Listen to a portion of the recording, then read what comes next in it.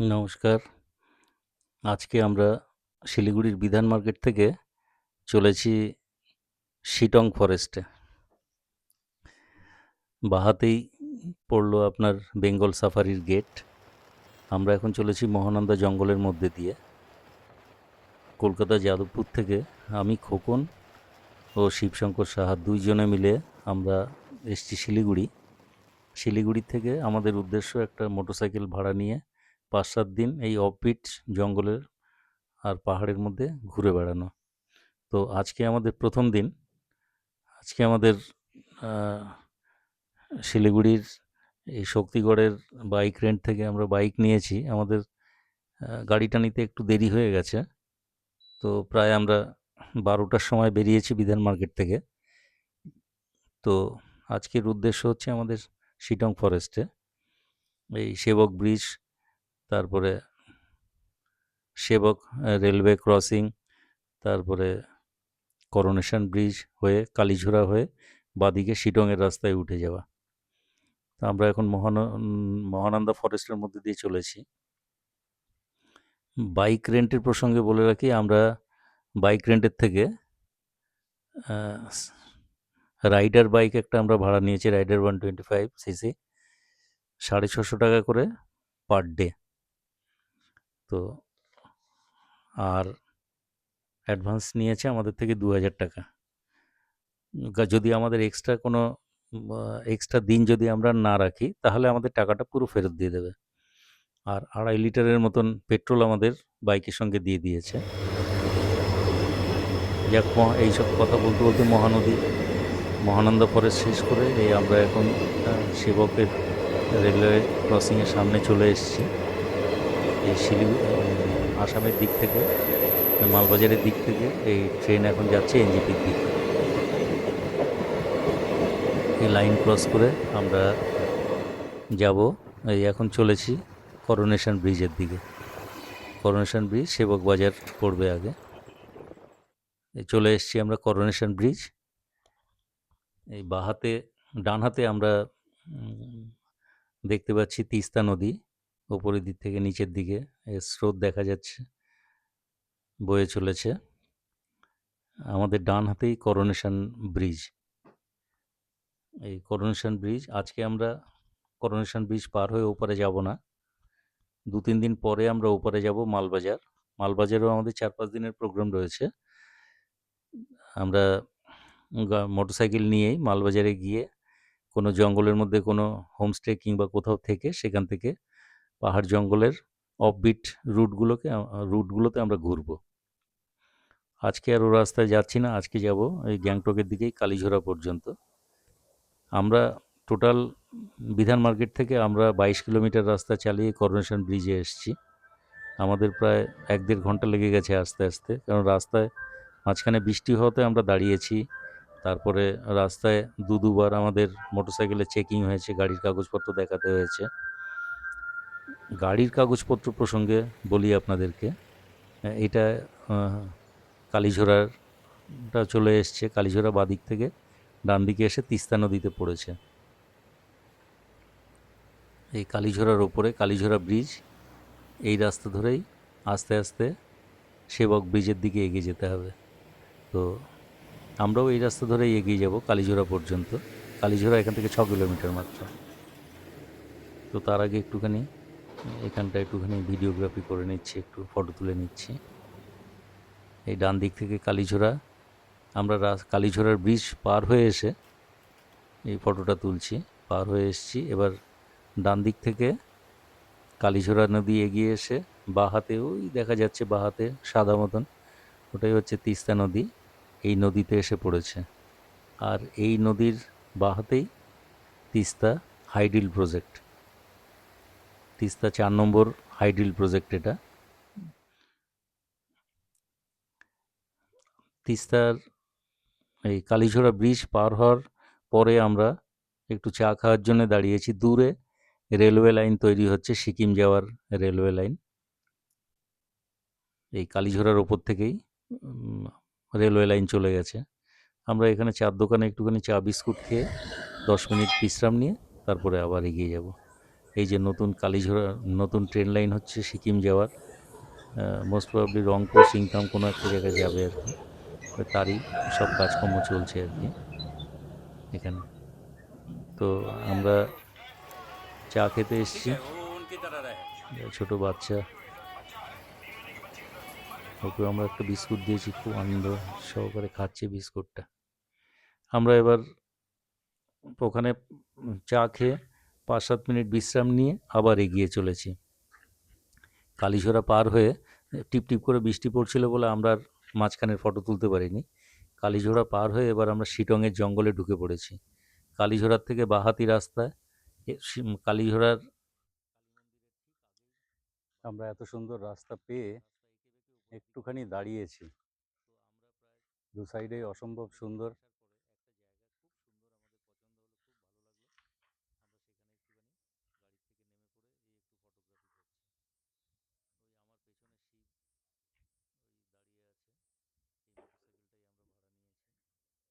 এই গাড়িটা মোটরসাইকেলটা আমরা নিয়েছি।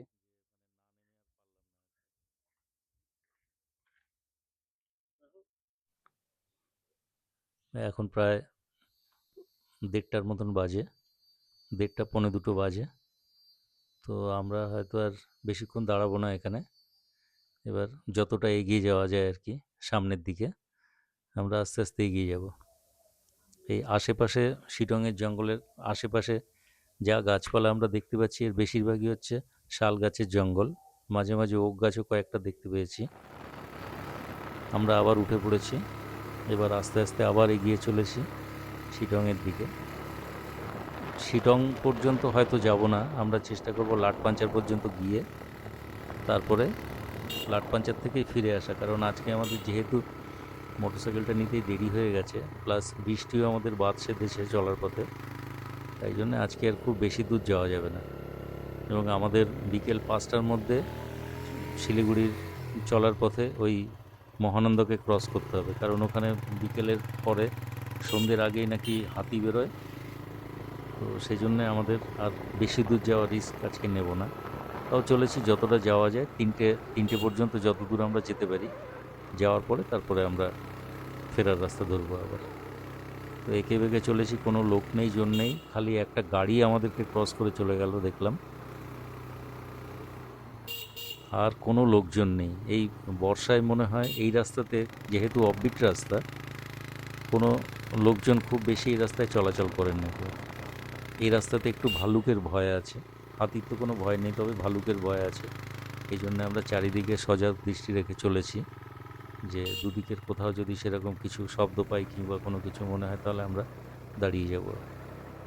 যাই হোক, তেমন কোনো অসুবিধা হয়নি, রাস্তাকে দূরে ফেলে আমরা সমানে সামনের দিকে এগিয়ে চলেছি। রাস্তা পেছনে সরে যাচ্ছে ক্রমাগত, আর আমরা এগিয়ে চলেছি শিটংয়ের জঙ্গল চিরে। রাস্তার ডান দিকে এখন গ্যাংটকের কিছু পাহাড় মাঝে মাঝে আমরা দেখতে পাচ্ছি, ছোট ছোট পাহাড়। হয়তোবা এটা কিছুটা পশ্চিমবঙ্গেই, কিছুটা এই পশ্চিমবঙ্গের মধ্যে রয়েছে, আর আগে গিয়ে কিছুটা গ্যাংটকের এই সিকিমের মধ্যে রয়ে গেছে আর কি। যাক, আমরা এই দেখতে দেখতে দেখতে দেখতে 1 ঘন্টার মধ্যেই আমরা চলে এসেছি এই শিটংয়ের ঢোকার মুখে, লাটপাঞ্চার ঢোকার মুখে প্রথম যে হোমস্টেটা, সেই হোমস্টের সামনে চলে এসেছি। তার ডান দিকে এই পাহাড়ের গায়ে লেখা আছে ওয়েলকাম টু শিটং। এখন 3টে বাজে, তো আমরা ভাবলাম আর এগোনো ঠিক হবে না, এখানটাতেই একটুখানি চা আর অন্য কিছু টিফিন টিফিন করে টোরে আমরা আধা ঘন্টা রেস্ট নিয়ে ফেরার পথ ধরবো। মোটরসাইকেল শিটং থেকেও রাস্তা আরেকটু উপরে উঠে গেছে অহলদারার দিকে। তো আমাদের আজকের গন্তব্য ছিল শিটং, শিটং পর্যন্তই, আর আমরা এগোবো না খুব একটা। এখানে একটু চাটা যা কিছু পাই, চা কফি খেয়ে তারপর এখান থেকে আমরা ফেরত যাব। শিলিগুড়ি যেতে এখান থেকে প্রায় ঘন্টা 2 লাগবে, আরও সন্ধ্যের আগে আগেই আমাদের পৌঁছতে হবে শিলিগুড়ি। কিছু মোমোর অর্ডার দিয়ে দিয়েছি এখানে। এই যে শিব বসে আছে পেছনে। এই যে শিব খুব সুন্দর মোটরসাইকেল চালায়, খুব ভালো চালিয়ে নিয়ে এসছে। আমার 70 বছর বয়স, কিন্তু ও একটু বুঝতে দেয়নি যে মোটরসাইকেলে কোনো প্রবলেম কিংবা কিছু, আমি কিচ্ছু ফিল করতে পারিনি। খুব ভালো চালিয়ে এসছি। এই কথার মধ্যেই আমাদেরকে ওনারা চা আর মোমো দিয়ে গেলেন। তো আমরা এখানে চা আর মোমো খেয়ে একটুখানি রেস্ট নিয়ে আবার রওনা দেব। এই রেস্ট আমাদের নেওয়া হয়ে গেছে।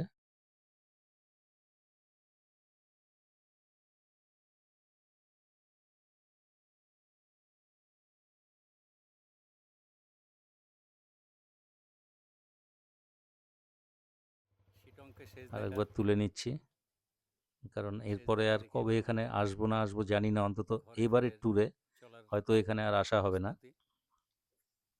খুব সুন্দর লাগছে চারিদিকের, মানে হয়তো মানে ক্যামেরায় এটা বোঝানো সম্ভব না যে খালি চোখে দেখলে এইটার মানে অনুভূতি কি হয়, আনন্দ অনুভূতি যে কতটা হয় সেটা বোঝানো সম্ভব হয় না এটা। আর আশেপাশে আশেপাশে এত ফুলের গাছ রয়েছে। আমরা এখানে একটা ফুল গাছ পেলাম, যেটাকে আমরা মানে চালু কথায় বলি যে উম, পুটুস ফুল। একটা পিঙ্ক কালারের পুটুস ফুলের গাছ আমরা দেখতে পেয়েছি। তার সেটা ছবি না তুলে আর থাকতে পারলাম না। তো খুব সুন্দর লাগছে দেখতে এটা। হয়তো ক্যামেরাতে অত ভালো উঠেছে কিনা বলতে পারবো না কীরকম লাগছে, কিন্তু খালি চোখে আমাদের ভীষণ ভালো লেগেছে। চারিপাশের প্রাকৃতিক সৌন্দর্য এখানে এত সুন্দর, আর বিশেষ করে লোকজন না থাকাতে আরও যেন আমরা বেশি এটা অনুভূত হচ্ছে প্রকৃতিটা। যাই হোক, এবার আমরা ফেরার পথ ধরলাম। শিটংকে বিদায় জানিয়ে এবার আমরা ফেরার পথ ধরেছি। আস্তে আস্তে আস্তে আস্তে নেমে চলেছি। এখন 3:30 বাজে। তো আমরা যদি আস্তে আস্তে এরমভাবেই চলি তাহলে আমরা হয়তো 5টার মধ্যে মহানন্দা জঙ্গল ক্রস করে ফেলতে পারবো।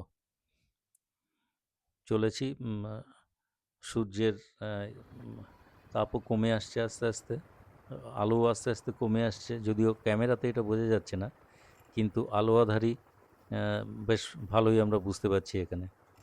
আর যেহেতু রাস্তাটা মানে খুবই খাড়াই টাইপের, তাই জন্য আমরা খুব আস্তে আস্তে আস্তে আস্তে চালিয়ে রাস্তাটা ক্রস করছি। একটু এই যেহেতু বিকেল, পড়ন্ত বিকেল, একটু ভয়ও লাগছে যে কোনো জীবজন্তু এসে পড়ে কিনা সামনে। তবে একটা বাঁচোয়া, এই শিটংয়ের জঙ্গলে কোনো হাতির ভয় নেই, যেটা মহানন্দার জঙ্গলে রয়েছে। তো এই জঙ্গলে কালো ভাল্লুক আছে শুনেছি, আরও অন্য অন্য জীবজন্তু আছে। তো যাই হোক, দেখা যাক। রাস্তায় যেহেতু রাস্তায় লোকজন নেই তাই জন্য একটুখানি ভয়ের, এমনিতে আর কোনো ভয় নেই, খালি জীবজন্তুরই ভয় এখানে একটু।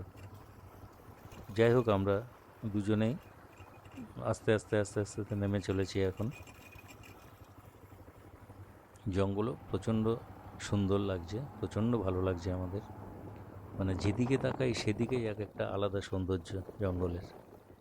বাঁদিকেও যেমনি জঙ্গলের গাছপালার সৌন্দর্য, ডান দিকেও ঠিক তেমনি পাহাড় উঠে গেছে, সেদিকেও গাছপালার সৌন্দর্য, বড় বড় শালের গাছ, আরও অন্য অন্য গাছও রয়েছে হয়তো, তবে বেশিরভাগই হচ্ছে শাল গাছ সব এখানে। ওক গাছও কিছু কিছু আমরা দেখেছি, চোখে পড়েছে এখানে আর কি। তো আস্তে আস্তে আমরা এগিয়ে চলেছি। বাদিকে এসে এই হিমালয়ের দর্শন আবার হচ্ছে। মাঝে মাঝে তিস্তা নদীকেও আমরা দেখতে পাচ্ছি। এখন যেহেতু আমরা প্রায় কালীঝোড়ার কাছাকাছি চলে এসেছি, আর খুব বেশি বাকি নেই রাস্তা, হয়তো আর 2-1 কিলোমিটার বাকি থাকতে পারে। তো বাঁ হাতে আমরা ওই তিস্তাকে দেখতে পাচ্ছি, বাঁ হাতের নিচে মাঝে মাঝে তিস্তার দর্শন হচ্ছে আর কি। এই যে তিস্তা নদী, তিস্তা নদী দেখা যাচ্ছে। আমরা প্রায় চলেই এসেছি কালীঝোড়াতে। তো ওই যে তিস্তা নদী, তিস্তা নদীর জল এখানে অনেক, যেহেতু আগে ড্যাম রয়েছে, যেহেতু হাইডেল প্রজেক্টের ড্যামটা আগে রয়েছে, ড্যাম 4, তার জন্য এখানে জলটা আটকে রয়েছে আর কি। জলটাকে ধরে রাখা হয়েছে এখানে। এবার ওগুলো বাদ দিয়ে তিস্তা সেবক পার হয়ে, করোনেশন ব্রিজ পার হয়ে আমরা আবার মহানন্দার মধ্যে চলে এসেছি রেলওয়ে লাইন ক্রস করে।